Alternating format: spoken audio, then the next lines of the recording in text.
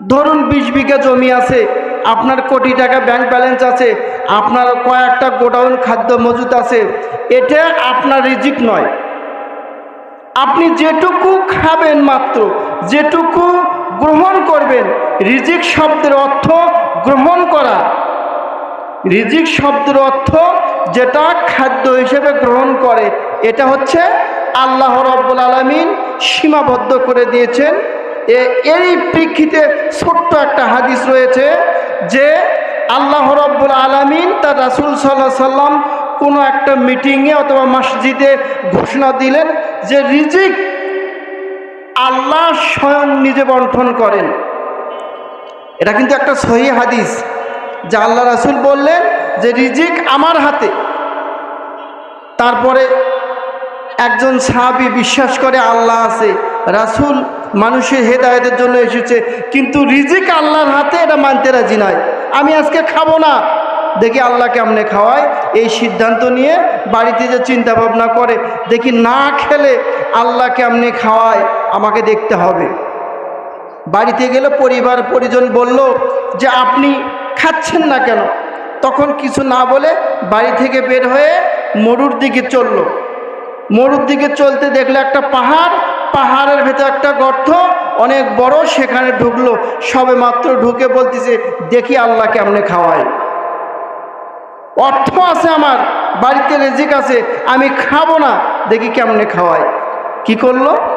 ওই দিক দিয়েই একদল কাফেলা যাচ্ছিল। তাদের একটা উদ্দেশ্য ছিল যে এক দেশ থেকে আর এক দেশে পণ্য ক্রয় বিক্রয় তারা করত।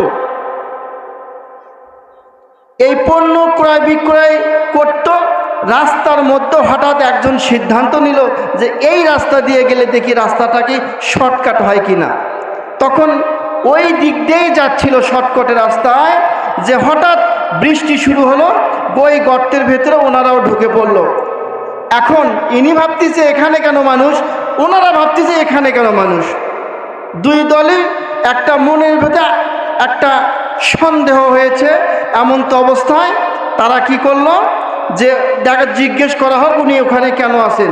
তখন ইনি আবার মরার মতো হয়ে আছে যে আমার মৃত্যু ভেবে তারা চলে যায়। এক সময় তাকে তোলা হলো, উঠতে পারে না। কি করা হলো? তখন তাকে জিজ্ঞেস করা হলো যে আপনি এখানে কেন? কিন্তু সে কথাও বলতে পারে না। তার জন্য খাবার রান্না করা হলো, খাবার মুখের ভেতরে দেওয়া হচ্ছিল, হাঁ করতেছিল না। তখন মুখের ভেতরকে চামচ দিয়ে জোর করে হাঁ করানো হচ্ছিল। তখন সে খাওয়া ছেড়ে দিয়ে হাসতে শুরু করলো। যে তিনি বলল সুবহানাল্লাহ, আল্লাহ রাব্বুল আলামিন আমার জন্য এখানে নির্দিষ্ট করে রিজিক রেখেছিল, আমি এটা জানতাম না। আল্লাহ এখানে নির্দিষ্ট করে আমার রিজিক রেখেছিল, আমি জানতাম না। এরই নাম হচ্ছে রিজিক। আপনি যত অর্থ উপার্জন করেন, আপনার রিজিকে যেটা আছে এর চেয়ে বেশি কিছু পারবেন না। তারপরে আমরা বলে থাকি দৌলত।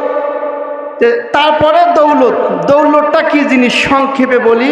আমরা দৌলতে অনেকে মনে করি ধন সম্পদ, টাকা পয়সা, আসলে তা না। আরও আছে। দৌলতটা হচ্ছে সম্মান। দৌলতটা হচ্ছে সম্মান। দুনিয়াতে আপনি কতটুকু সম্মান অর্জন করতে পারলেন, আল্লাহ রাব্বুল আলামিন আপনাকে কতটুকু ইজ্জত দান করলো, সম্মান দান করলো, এটা হচ্ছে দৌলত। আল্লাহ রাব্বুল আলামিন সকলকে বোঝার তৌফিক দান করুক।